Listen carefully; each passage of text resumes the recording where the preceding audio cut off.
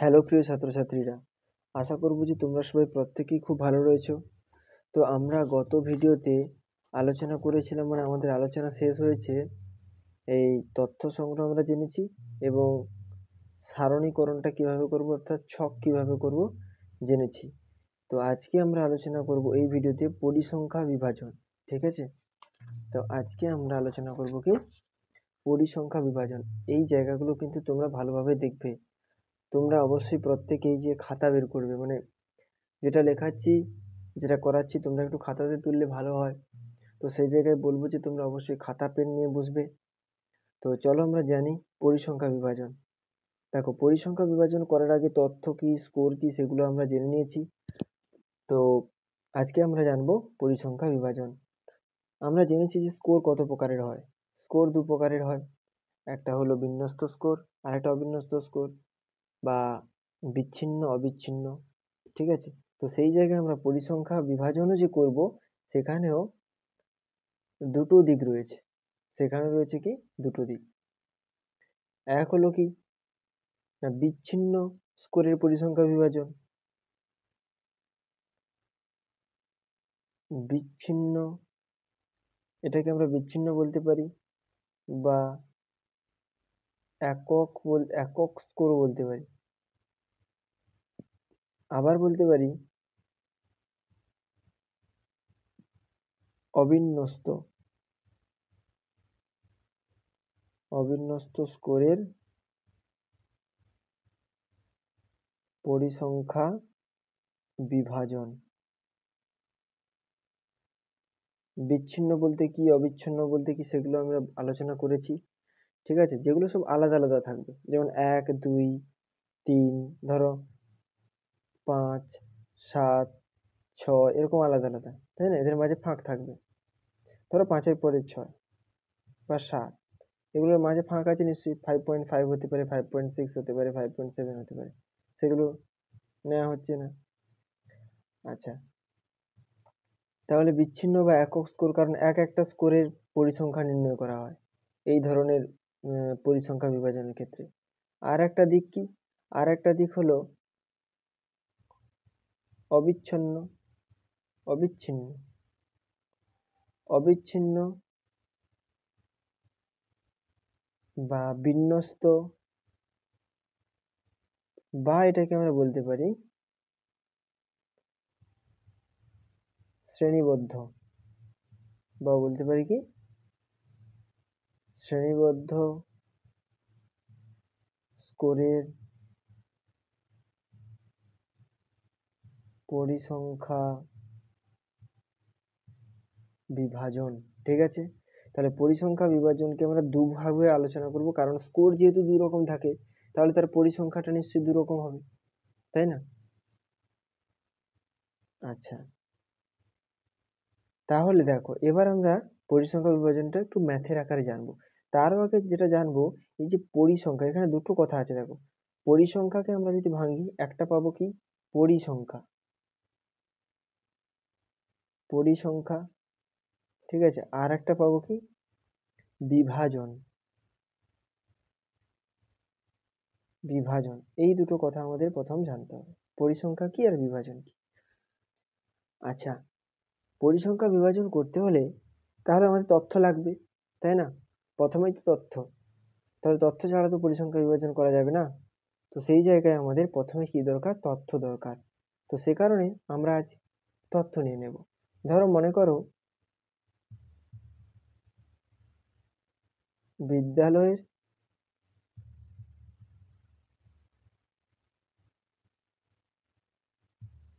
25 নম্বরের নম্বরের ইতিহাস পরীক্ষায়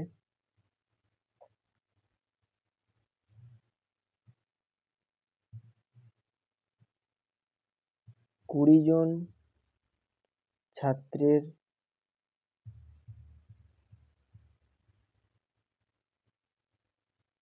প্রাপ্ত নম্বর। তাহলে 20 জন ছাত্রের প্রাপ্ত নম্বর 25 নম্বরের পরীক্ষায়, সেই তথ্যটা আমরা নিয়েছি, ধরি। ঠিক আছে, এটা আমরা ধরছি, আমরা তো আর নিচ্ছি না পরীক্ষা। ধরছি, ঠিক আছে? তো সেই তথ্যটা কি? 25 নম্বরের পরীক্ষা 20 জন ছাত্র। তাহলে ধরো একজন ধরো পেয়েছে 15, তারপর একজন ধরো পেয়েছে 19, একজন ধরো পেয়েছে 24, আবার ধরো 13, আবার 13 না, ধরো 19, ধরো 19 পেয়েছে, তারপরে ধরো 20 পেয়েছে, 24, 20, 15, 22, 23, 22,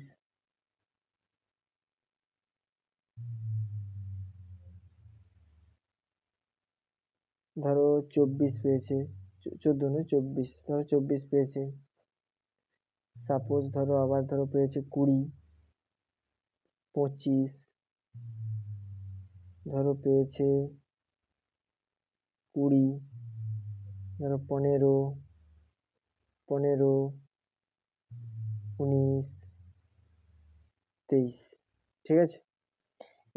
এইভাবে ধরো নাম্বার পেয়েছে, ঠিক আছে?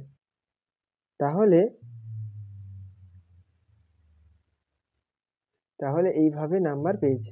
তাহলে ধরি বিদ্যালয়ে 25 নম্বরের ইতিহাস পরীক্ষা হয়েছে, সেখানে 20 জন ছাত্রের প্রাপ্ত নম্বর এইভাবে আমরা পেয়েছি। তাহলে এটা কি একটা তথ্য? যখন আমরা খাতায় লিখে নিলাম। তো এখানে আমি বলি, তাহলে আমরা প্রথম কিন্তু কিসের পরিসংখ্যা বের করছি? প্রথমে এইটা, মানে আজকে যে আমরা এটা করছি এটা হচ্ছে বিচ্ছিন্ন বা একক স্কোরের পরিসংখ্যা বিভাজন। তাহলে আজকে আমরা যেটা করছি এটা হচ্ছে কি? বিচ্ছিন্ন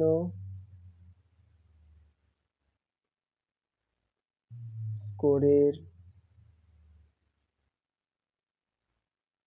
পরিসংখ্যা নির্ণয়, ঠিক আছে?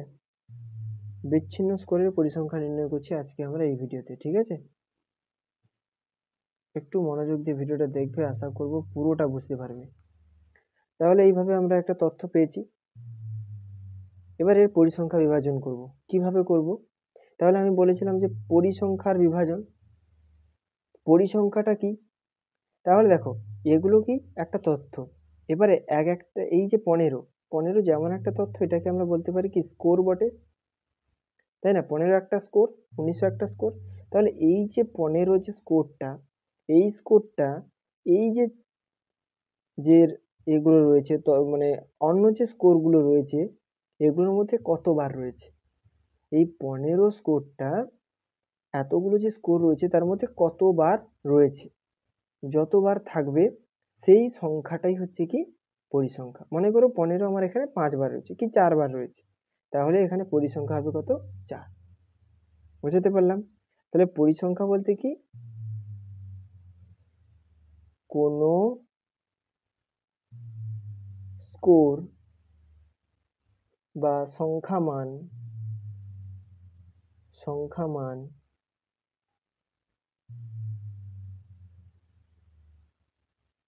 সমস্ত রাশিগুলির মধ্যে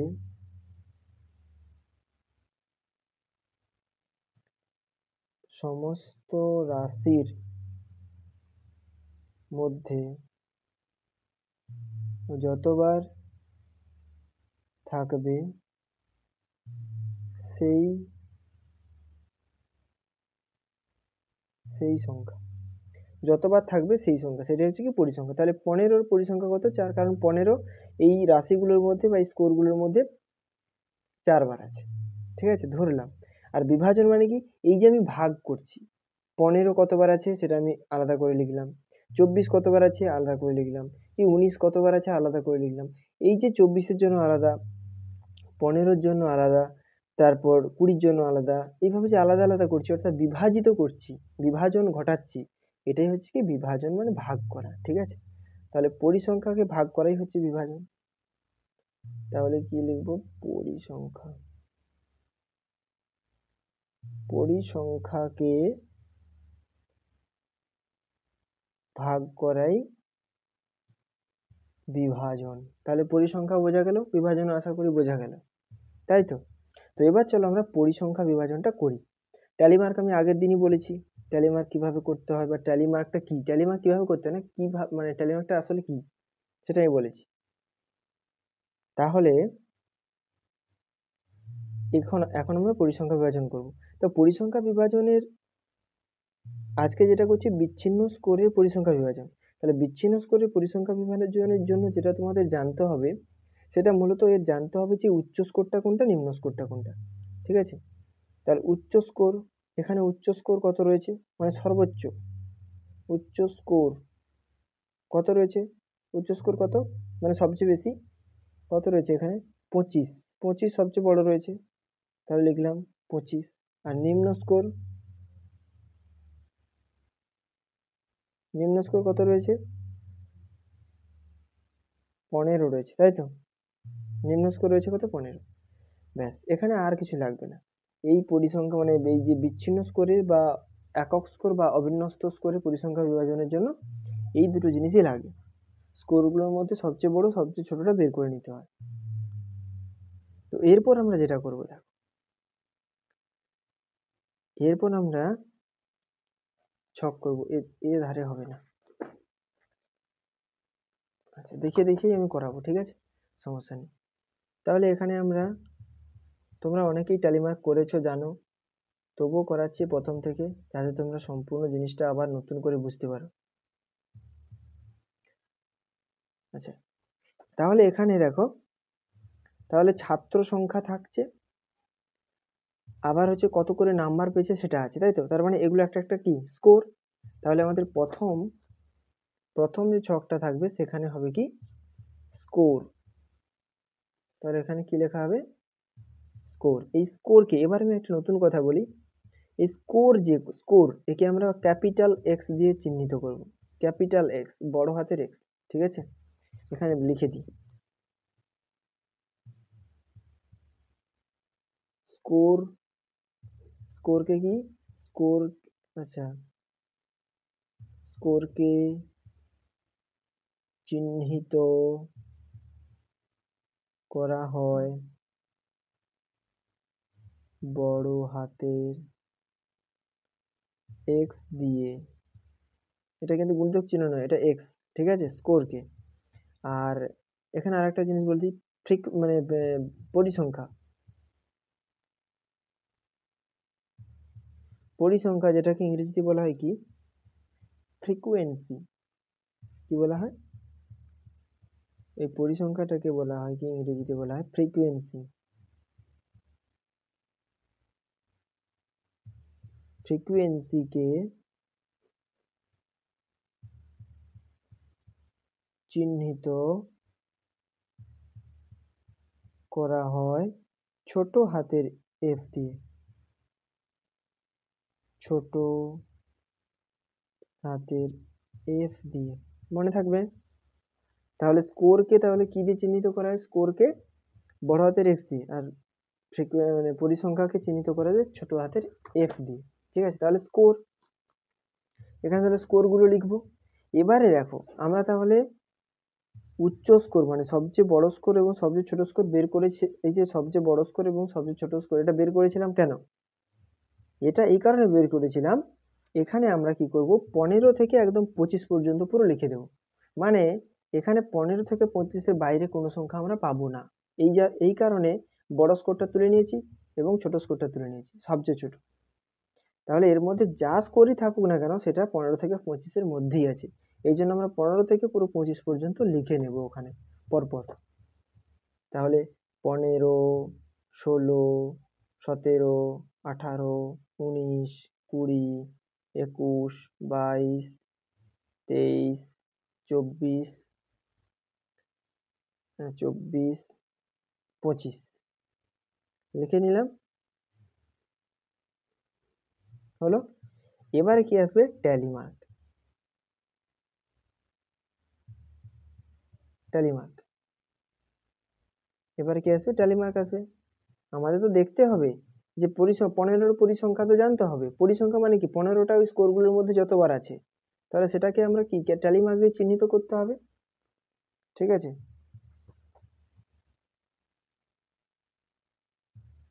তাহলে এবার দেখো এবার আমরা তাহলে এখানে প্রথম স্কোরের কত রয়েছে, 15 রয়েছে। তাহলে এই যে 15 রয়েছে, তাহলে এখন আমরা দেখে নেব যে 15 এখানে কোথায় কোথায় আছে। 15 আমরা, এবার দেখো একটা কথা বলি, 15 আমরা দেখলাম যে এই যে একটা 15 রয়েছে, তাহলে যখন আমরা দেখতে পাচ্ছি 15 রয়েছে, এটাকে গোল করে দেবো। ঠিক আছে, পেন্সিল দিয়ে করলে ভালো হয়। একটা পেলাম 15, আর কোথায় 15, আর কোথায় 15, যে দুটো পেলাম 15, তিনটে পেলাম 15, চারটা পেলাম 15, আর পাচ্ছি না। তাহলে আমরা চারটা 15 পেয়েছি, চারটা 15 এখানে লিখে নিই। তাহলে চারটা 15 পেয়েছি, তার জন্য চারটা টালি মার্ক তাহলে থাকবে। তাহলে কটা টালি মার্ক থাকবে, তাহলে এখানে আমরা সারি সারি করে চারটা টালি মার্ক দিয়ে দেবো। টালি মার্কটা একটু বাঁকাতে হবে, ঠিক আছে, এইরকম 1 2 3 4 হয়ে গেল। এবারে 16 পালা। 16 কতগুলো রয়েছে দেখো, 16 16 16 16 16 16 আছে নাকি দেখো, দেখলাম যে 16 এর মধ্যে নেই, আপাতত দেখতে পাচ্ছি না 16, তাহলে এখানে লেখার দরকার নেই। তারপরে কি রয়েছে, তারপরে রয়েছে 17। 17 এখানে কতবার আছে, 17 এখানে কতবার আছে, 17 17 নেই নেই নেই নেই, 17ও নেই, কেউ 17 পায়নি, তো যাই হোক 17 নেই। তারপরে কত রয়েছে, 18। চলো 18 দেখি, 18 18 18ও কেউ পায়নি, 18 নেই নেই, 18 নেই। তারপরে 19 আছে, তারপরে দেখো 19 রয়েছে, 19 19 এবার কতবার রয়েছে সেটাও আমরা দেখবো। 19 রয়েছে দেখো, একবার, যতগুলো 19 রয়েছে নিয়ে নেব, একবার, দুবার, দুটো 19 হয়ে গেল, দুটো 19 হয়ে গেল, 2 3 তিনটে 19, আর নেই 19, তো আর দেখতে হচ্ছে না, 19 নেই আর। তাহলে 19 হয়ে গেল কটা, তিনটে, 1 2 3 হলো।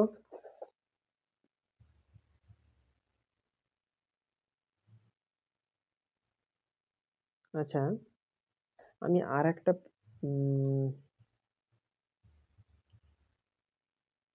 আর একটা 20 করে দিচ্ছি, ঠিক আছে, 20, ঠিক আছে, এটা বোঝানোর জন্য, ঠিক আছে। আচ্ছা, তাহলে 20 20 কতগুলো হয়েছে দেখো, 20 কতগুলো হয়েছে, এবার 20 পালা। 20 দেখো, একটা, দুটো, তিনটে, চারটা, পাঁচটা, আপাতত আর 20 নেই, দেখতে পাচ্ছি না কোথাও। তাহলে কটা, পাঁচটা। তাহলে এখানে আমরা কি করব, পাঁচটা টালি দেবো, 1 2 3 4, তাহলে এর সঙ্গে 5 দিয়ে দেবো না, এখানেই হচ্ছে একটু বিষয় রয়েছে, একটা দিক রয়েছে। যখন আমরা 5টা টালি পেয়ে যাব, তখন আমরা 5টা এইভাবে, মানে এইরকম ভাবে 1 2 3 4 5 এইরকম ভাবে দেবো না। আমরা কি করব, 4টার জন্য 4টে টালি নিলাম, আর কি করলাম, আর একটাকে আমরা এইভাবে কোনাকুনি টেনে দেবো, ঠিক আছে, এটা হয়ে গেল কি 5। তাহলে এরকমই যতগুলো থাকবে ততগুলো 5, গুনতে সুবিধা হবে। ধরো মনে করো এই লাইনে এইরকম ভাবে 4টা আর একটা কেটে দিয়ে 5টা আছে, তাহলে আমরা কি ভাববো যে 5 5 25টা, তাহলে এইরকম যদি 5টা থাকে পরপর, তাহলে 5 5 25টা, মানে গুনতে সুবিধা হবে, তখন আর 1 2 3 4 5 করে 25 পর্যন্ত গুনতে হয় না, এটা গোনা সুবিধার্থে, ঠিক আছে। তাহলে 20 হলো। এবার কি 21, 21 এখানে তো নেই, 21 নেই, 22 22, এই যে একটা 22, 22 একটা পেয়েছি, 22 22 একটা, তাহলে চলো 22 একটা লিখি, 22 এর জায়গায় 1, একটা টালি। 23, একটা 23, দুটো 23, চলো 23 লিখি। 24, একটা 24, দেখো তোমরা আশা করি বুঝতে পারছো, ঠিক আছে। 24 দেখো, তিনটে পেলাম, একটা দুটো তিনটে, 1 2 3, ঠিক আছে, 24 এর জায়গায় 3 দিয়েছি। এবারে কি 25, সর্বোচ্চ স্কোর ছিল 25, 25 একটা পেয়েছি, 25, তাহলে একটা। এবারে দেখো একটা কথা বলি, মনে করো আমি যদি কোনো একটা ছেড়েও চলে যেতাম, কোনো একটা যদি আমি ছেড়েও চলে যেতাম, তাহলে সেটাতে নিশ্চয়ই গোল দাগ থাকতো না, তখন আমরা বুঝে নিতাম। ঠিক সেই রকম ভাবে, ঠিক সেই রকম ভাবে দেখো, এখনো কিন্তু একটাতে গোল দাগ পড়েনি, সেটা আমরা এই জায়গাতে দেখতে পাচ্ছি। তাহলে এটা আমরা ছেড়ে চলে গেছি। তাহলে আমরা যদি প্রথম থেকেই গোল দাগগুলো না দিতাম তাহলে কোনটা আমরা ছেড়ে চলে যাচ্ছি সেটা আমরা কখনোই বুঝতে পারতাম না, তাই না? তাহলে আমরা কখনোই বুঝতে পারতাম না। এই দেখো 24 ছিল কটা, 1টা 2টো 3টে, আমরা এই জন্য দেখো এখানে 3টেই বসিয়েছি, কিন্তু ভুলবশত একটা ছেড়ে চলে গেছি। তাহলে পরবর্তীকালে যখন দেখলাম যে একটা বাকি রয়ে গেছে, গোল দাগ দিইনি, এই কারণে এখন ধরতে পেরে গেলাম যে তাহলে 1টা 24 নেওয়া হয়নি। তাহলে এখন আমি 1টা 24 গোল দিয়ে দিলাম, তাহলে কটা 24 হয়ে গেল? 4টা 24 হয়ে গেল। তাহলে তাহলে আমাদের কি আর ভুল আর হবে না, ঠিক আছে? আমরা এইভাবে যদি করতে থাকি তাহলে ভুলটা কিন্তু আমাদের হবে না। ভুল হলেও আমরা বুঝতে পেরে যাবো এখানে যে কোন পরিসংখ্যাটা মানে কোন স্কোরটাকে আমরা নিইনি, যোগ করিনি, ঠিক আছে? এবার আমরা কি করব, তাহলে ট্যালি মার্ক হয়ে গেল, তাহলে এখানে এটা হচ্ছে কি ট্যালি। এবারে দেখো, এবারে কি পরিসংখ্যা, এবারে কি বলছে পরিসংখ্যা। পরিসংখ্যাকে কিভাবে লেখার কথা বলেছিলাম? ছোট হাতের এফ দিয়ে, ঠিক আছে?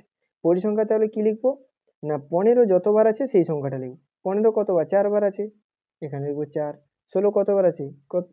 নেই, 0। 17 নেই, 0। 18 নেই, 0। 19 3বার, 3। 20 5, এরকম চিহ্ন থাকলে এরকমটা দেখেই বুঝে যাচ্ছি 5, বুঝতে পারছি আমরা। 21 নেই, 22 1, 23 2, 24 4, 25 1। এবার দেখো এবার দেখো টোটাল পরিসংখ্যা, টোটাল পরিসংখ্যা। এবার আমরা টোটাল পরিসংখ্যাটাকে যোগ করি, যদি টোটাল পরিসংখ্যাটাকে যদি আমরা যোগ করি মোট, তাহলে আমরা কি লিখবো এখানে? মোট পরিসংখ্যা। এইটা যদি মোট পরিসংখ্যাটা যদি যোগ করি, মোট পরিসংখ্যাকে এন দ্বারা, বড় হাতের এন দ্বারা প্রকাশ করা হয়। মোট পরিসংখ্যা তাহলে যোগ করো, 4 3 7 12 13 14 15 16 17 18 19 1 20, তাহলে দেখো 20। তাহলে দেখো এখানে মোট পরিসংখ্যা পেলাম কত? 20। আর এখানে আমার ছাত্র সংখ্যা কত ছিল? 20, তাই না? এখানে আমার ছাত্র সংখ্যা কত ছিল? 20 ছিল। আর এখানে এন পাচ্ছি, মানে মোট পরিসংখ্যা পাচ্ছি 20। তাহলে আমার পরিসংখ্যা একদম ঠিকঠাকই হয়েছে। তাহলে এইভাবে আমরা বুঝতে পারবো, ঠিক আছে? ঠিক আছে, এটাই হচ্ছে ব্যাপার। আমরা মোট পরিসংখ্যা লিখে এন লিখতে পারি বা সামেশন এন লিখতে পারি, ঠিক আছে? এই চিহ্নটা হয়তো তোমরা জানো, এই যে summation F, summation summation N. Summation কথার অর্থ হচ্ছে কি? সমষ্টি, সমষ্টি, ঠিক আছে? এটা সমষ্টি, ঠিক আছে? তাহলে সমষ্টি, তাহলে সামেশন এন মানে সমষ্টি। সামেশন এন তাহলে কত হলো? 20, ঠিক আছে? তাহলে এটাই হচ্ছে কি, তাহলে আমরা যে এটা জানলাম আজকে, এটা যে এইটাই হচ্ছে কি তোমার বিচ্ছিন্ন বা অবিন্যস্ত বা একক স্কোরের পরিসংখ্যা বিভাজন। এটা হচ্ছে কি একক স্কোরের পরিসংখ্যা বিভাজন। এখানে মোট স্কোর কত ছিল? 1 2 3 4 5 6 7 8 9 10 11টা, ঠিক আছে? তাহলে এখানে স্কোরের সংখ্যা কটা ছিল? এটা যদি লেখার দরকার হয় না, ঠিক আছে? মোট স্কোর তাহলে এখানে কটা? 11টা, এটা লেখার প্রয়োজনীয়তা নেই, ঠিক আছে? আশা করবো তোমরা বুঝতে পারলে। তো এই জায়গায় আমি একটা কথা বলে দিই যে তাহলে এই যে আমরা এটা জানলাম, আমরা যেটা জানলাম এটা হচ্ছে এর এর তাহলে সুবিধা কি, বা এটা কোন ক্ষেত্রে ব্যবহার করা যাবে? দেখো এখানটায় 20টা ছিল, এই 20টার জায়গায় যদি 100টা থাকতো তাহলে তোমরা ভাবো যে এই স্কোরের যে লিস্ট এটা কত বড় হতো, ঠিক আছে? ধরো আরো ক্ষুদ্র, মানে 15 16 17, এখানে কিছু কিছু নেই, ধরো 100 মার্কের হতো, ধরো 100 জন স্টুডেন্ট, সেখানে ধরো স্কোর পেয়েছি 50টা, তাহলে আমাদের 50টা এরকম লাইন হতো, তাহলে সেক্ষেত্রে কিন্তু আমাদের খুব অসুবিধা হতো, ঠিক আছে? তো সেই জায়গায় এই ধরনের যে মানে এই যে বিচ্ছিন্ন স্কোরের পরিসংখ্যা বিভাজন ব্যবহার করা যাবে না। তাহলে বিচ্ছিন্ন স্কোরের পরিসংখ্যা বিভাজনকে কোথায় ব্যবহার করব? যখন স্কোর সংখ্যা কম হবে, ঠিক আছে? তাহলে এর ব্যবহার কখন হয়? যখন দেখবো যে স্কোরের পরিমাণ কম আছে, এই 20টা আছে, ধরো 30টা আছে, ঠিক আছে? 15টা আছে, 10টা আছে, তখন আমরা কিন্তু এই তোমার অবিন্যস্ত যে অবিন্যস্ত বা আমরা বলছি একক স্কোর বা বিচ্ছিন্ন স্কোরের যে পরিসংখ্যা বিভাজন সেটা আমরা করব। যখন স্কোর কম থাকবে তখনই আমরা একে ব্যবহার করব। তাহলে এর ব্যবহার কোথায়? তাহলে আমরা ব্যবহার বলতে পারি স্কোর কম থাকলে, স্কোর সংখ্যা কম থাকলে ব্যবহৃত হবে। ঠিক আছে, স্কোর সংখ্যা কম থাকলে এটাকে আমরা ব্যবহার করব। আর অসুবিধা এটাই উল্টাটা, মানে স্কোর সংখ্যা যদি বেশি থাকে তাহলে আমরা এটাকে ব্যবহার করতে পারবো না। ঠিক আছে, তো এইটাই হচ্ছে ব্যাপার, আর কিছু না এখানে। তাহলে এটাকে কিভাবে করতে হবে, এর পদ্ধতি তাহলে কি? তোমাকে তাহলে প্রথমে আমি আরেকবার বলে দিই। সম্পূর্ণ আজকে আমরা যতটুকু জানলাম, তাহলে আজকে আমরা এই অংশটুকু জানলাম। ঠিক আছে, এইটা বিচ্ছিন্ন বা একক স্কোর বা অবিন্যস্ত স্কোর পরিসংখ্যা বিভাজন, এটাকে আমরা বলতে পারি যে আনগ্রুপ ডেটা বলতে পারি। ঠিক আছে, আর এটা হচ্ছে এদের গ্রুপ, এটা অন্যদিন হবে। ঠিক আছে, আজকে নয়। তাহলে আমি আরেকবার এখানে পদ্ধতিটা পুরো বলে দিই, তাহলে আর তোমাদের এরকম ভাবে দেয়া থাকবে, বলে দিবে পরীক্ষায় যে এই বিচ্ছিন্ন স্কোর বা নিম্নে যে স্কোরগুলো রয়েছে তার পরিসংখ্যা বিভাজন নির্ণয় করো। এবার তোমাদের হাতে, তোমরা সেটাকে বিচ্ছিন্নত করতে পারো, অবিচ্ছিন্নত করতে পারো। তাহলে আজকে বিচ্ছিন্নতা শিখেছি, বিচ্ছিন্নত করবো কিভাবে করব। তোমাদের প্রথম কাজ হবে উচ্চ স্কোর বের করে নেওয়া, নিম্ন স্কোর বের করে নেওয়া। দুটো স্কোর পেয়ে গেলাম, এবার নিম্ন স্কোর থেকে উচ্চ স্কোর পর্যন্ত প্রত্যেকটা পরপর করে তোলা। ঠিক আছে, স্কোরে তুললাম, তারপরে ট্যালি মার্ক করা। ট্যালি মার্ক করবো কিভাবে? প্রত্যেকটা স্কোর যতবার করে রয়েছে তথ্যের মধ্যে ততবার করে এখানে দাগ দেব, এবং এখানে প্রত্যেকটাতে গোল দাগ দিয়ে দেবো। তাহলে যদি বাকি থেকে যায় তাহলে আমরা শেষে বুঝতে পারবো, আর যেভাবে হলো। তো এইভাবে ট্যালি মার্কগুলো দেবো। আর 5-এর সময় ট্যালি মার্কটা কিভাবে দিতে হয় আমি তোমাদের দেখিয়েছি এখানে। ঠিক আছে, একেবারে শেষে কি হবে না, উত্তর থেকে একবারে দক্ষিণে নিচের দিকে কোনাকুনি আসবে। ঠিক আছে, মানে একদম তাহলে দেখাচ্ছে উত্তর পশ্চিম থেকে তোমার হচ্ছে উত্তর পশ্চিম থেকে দক্ষিণ পূর্ব। ঠিক আছে, উত্তর পশ্চিম থেকে একবারে দক্ষিণ পূর্ব কোণে আসবে আর কি, এরকম ভাবে আসবে। আচ্ছা, তারপরে এইভাবে করার পরে এবার যতগুলো করে ট্যালি মার্ক দিয়েছো প্রত্যেকটা সোজা সোজা সেই সংখ্যাটা লিখবে। এখানে চারটা চার লিখেছি, এখানে 5টা 5 লিখেছি, এখানে একটা 1 লিখেছি। যেগুলোতে ট্যালি মার্ক বসেনি সেগুলোতে 0 0। এরপর কি করবো, সামেশন এন। সামেশন কথার অর্থ হচ্ছে সমষ্টি মোট পরিসংখ্যা, যেটাকে আমরা এন দ্বারা প্রকাশ করি, বড় হাতের এন। এখানে পেয়েছি কত, 20। দেখলাম এখানেও 20, আর এখানে স্কোর সংখ্যাও ছিল কত, 20। 20টা স্কোর ছিল। ঠিক আছে, তো আর আমরা এখানে জেনেছি স্কোরকে তাহলে বড় হাতের এক্স দ্বারা চিহ্নিত করা হয়, আর ফ্রিকোয়েন্সিকে মানে পরিসংখ্যাকে চিহ্নিত করা ছোট হাতের এফ দিয়ে। ঠিক আছে, তো আজকে আমরা এই বিচ্ছিন্ন স্কোরের পরিসংখ্যা বিভাজনটা জানলাম। তো এর পরবর্তী ভিডিওতে আমরা জানবো অবিচ্ছিন্ন স্কোর বা যেটাকে বলছি বিন্যস্ত স্কোর, তার পরিসংখ্যা বিভাজন কিভাবে করব। আশা করব সম্পূর্ণ ভিডিওটা তোমরা বুঝতে পেরেছো। যেখানে সমস্যা হবে অবশ্যই কমেন্টে জানাও, পরবর্তী ভিডিওতে আমি আবার বলে দেবো, কারণ এটা খাতাটা আমার কাছে থাকবে। তো সেই জায়গায় তোমরা অবশ্যই জানাবে। তো আজকে এই পর্যন্ত, পরবর্তী ভিডিওতে অবশ্যই দেখা হচ্ছে। ততক্ষণ পর্যন্ত সুস্থ থেকো, ভালো থেকো। জয় হিন্দ, জয় ভারত।